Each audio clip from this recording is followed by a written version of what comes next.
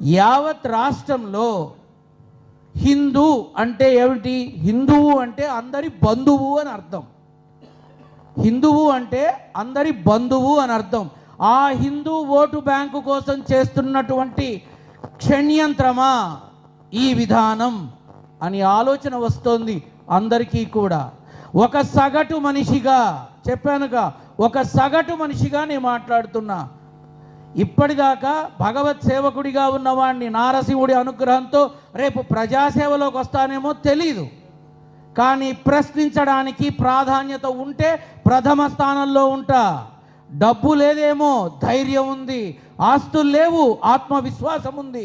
ఆదిదేవుడి ప్రసాదం గురించి విషపు విధానం ఏదైతే ప్రజ్వరిల్లింపజేస్తున్నారో వాటిని ఖండించాల్సిన అవసరం ప్రతి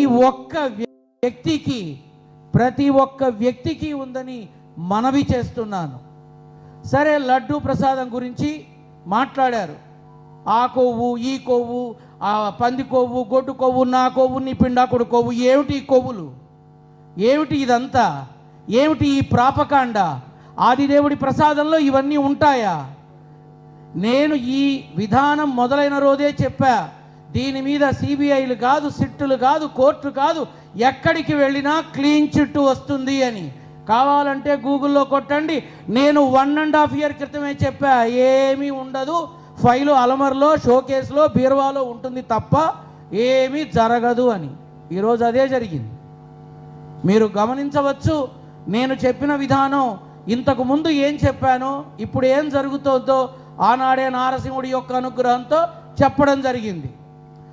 సరే, ఇందులో ఇది క్లీన్ చిట్ వచ్చింది. నెక్స్ట్ ఏం తీసుకున్నారు? బాత్రూమ్ కెమికల్స్ తీసుకున్నారు. అవునా? బాత్రూమ్ కెమికల్స్ ఏమన్నా రోజు వాటరు, పన్నీరు వాటరు, సెంటు వాటర్తో చేస్తారా? చెయ్యరు. స్పిరిటు, యాసిడ్, కెమికల్స్తో ఉంటుంది. మరి ఈ కెమికల్స్ ఉన్నటువంటి విధానం లడ్డూలోకి వస్తే లడ్డూ అదే రూపంలో ఉంటుందా? లడ్డూ అదే రూపంలో? నేను సూటిగానే ప్రశ్నిస్తున్నా. ఏమాత్రం ఉండదు. సరే, నిన్నగాక మొన్న పెద్ద ఎంక్వైరీనే వేశారు కదా, రాజమండ్రిలో ఏదో పాలకి సంబంధించిన విధానంలో కల్తీ జరిగిందని. వేదవది కల్తీ పాలు తాగితే హాస్పిటల్ పోతున్నాం, కల్తీ ఫుడ్ తింటే అదేదో ఎమర్జెన్సీ ఐసీయూలో పెడుతున్నారు, ఫుడ్ పాయిజన్ అయితే ఏకంగా వైకుంఠానికి పంపిస్తున్నారు. అటువంటిది ఇంత కల్తీ జరిగిన లడ్డూలు దరిమిలా 1800 రోజుల పాటు ఎంతోమంది తిన్నారు. ఒక్క కేసు బుక్ అవ్వలేదే. హాస్పిటల్లో ఒక్క కేసు బుక్ అవ్వలేదే. స్వామివారి ప్రసాదం తిని జీర్ణవాయువు దెబ్బతింది అని, లివర్స్ దెబ్బతిన్నాయి అని, ఆహార వాహిక దెబ్బతింది అని, ఆరోగ్యం పాడైంది అని, కెమికల్స్ తాగితే మరి ఆ లోపల ఉన్న ప్రేగులు బర్న్ అయ్యాయని ఒక్క కేసు కూడా ఎందుకు బుక్ అవ్వలా? ఆలోచించాలి. ప్రతి ఒక్కరూ ఆలోచించాలి. ఈ మాధ్యమాల ద్వారా, ఇప్పుడు చూపిస్తున్న మాధ్యమాల ద్వారా యావత్ ప్రజానీకాన్ని నా యొక్క సందేహాన్ని మీ ముందు వ్యక్తపరిచా. రాజమండ్రిలో కల్తీ పాలు తాగితే హాస్పిటల్కి పంపించారు. మరి కెమికల్స్, కొవ్వులు అవి ఇవి కలిగినటువంటి ఆ ప్రసాదాన్ని తింటే ఏదో ఒకటి అవ్వాలిగా. ఎవరి దాకా ఎందుకు? నేనే రోజు తిని చస్తున్నా తిరుమల ప్రసాదాన్ని, మరి ఏమీ కాలేదుగా. దీన్ని బట్టి ప్రతి ఒక్కరూ ఆలోచించాల్సింది ఏమిటి అంటే, రాజకీయం చెయ్యాలి, రాజకీయపరమైన యుద్ధం చెయ్యాలి. రాజకీయ కక్షలున్నా సరే రాజకీయంగానే చెయ్యాలి. కానీ ఆ రాజకీయటువంటి వాదనల కోసం, మీ యొక్క కక్ష సాధింపుల కోసం దయచేసి భగవంతుణ్ణి వాడుకోకండి. దయచేసి భగవత్ ప్రసాదాన్ని వాడుకోకండి. అది మహామహిమాన్వితమైన ప్రసాదం. యావత్ ప్రపంచానికి పంపబడుతున్న ఒకే ఒక్క ప్రసాదం తిరుమల లడ్డూ ప్రసాదం. యావత్ ప్రపంచానికి పంపబడుతుంది. ఆ ప్రసాదాన్ని అడ్డం పెట్టుకొని ఇప్పటిదాకా మాట్లాడి మొన్న this is very sensitive issue, we must stop this ఏమనాలి? చేతులు కాలేక ఆకులు పట్టుకోవడము అనాలి. బట్ అందరి ముందు నేను తెలియబరుస్తున్నా, మళ్ళీ 2029లో మరి మాజీ ముఖ్యమంత్రి వర్యులైనటువంటి జగన్మోహన్ రెడ్డి గారిని తొందరగా వాళ్లే చూడాలనుకుంటున్నారేమో ముఖ్యమంత్రిగా. అందుకే లడ్డూ ప్రసాదాన్నే పట్టుకొని మరో 3 ఏళ్ళు ఎదుదాం అనుకుంటున్నారేమో. మేబీ అయి ఉండొచ్చు. ఇక్కడ మనందరం కలిసి గమనించాల్సినటువంటి ఈ లడ్డూ ప్రసాదం ఏదైతే ఉందో కేవలం ఇదే కొమ్మని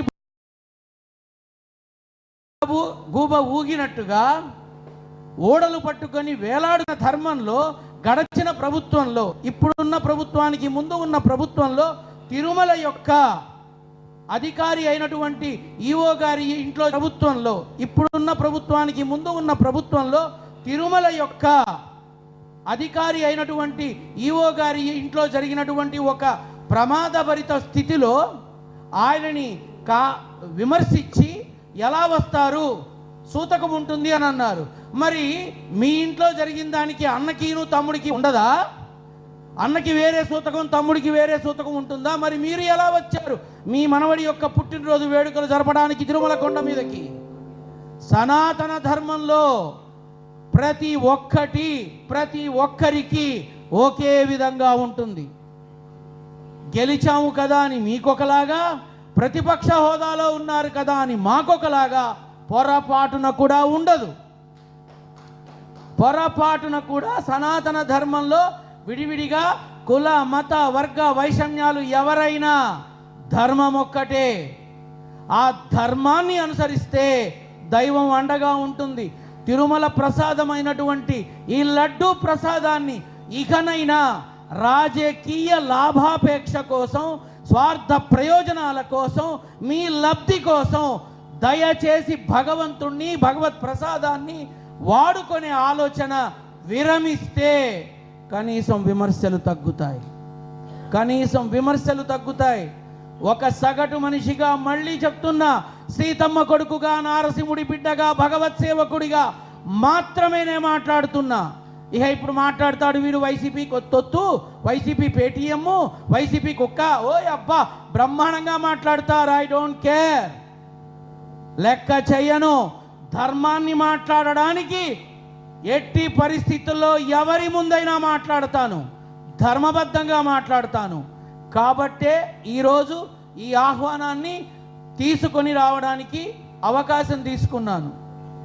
నా గురించి చాలామంది గూగుల్లో చూసిన తర్వాత, ఫలానా అని తెలిసిన తర్వాత జరగబోయేది ముందే చెప్పడానికి ఏ రకమైనటువంటి విధానం ఉంది అంటే మంత్రాలు లేవు, తంత్రాలు లేవు, శక్తులు లేవు, యుక్తులు లేవు, ధర్మమే ఉంది. నా తల్లి ఆశీర్వచనం ఉంది, నారసింహుడి అనుగ్రహం ఉంది. నా జన్మస్థలం మంగళగిరి. హైదరాబాద్ నుంచి వచ్చానంటే వేరు కాదు, నేను ఈ ఇంట్లో కుంపటివాడిని.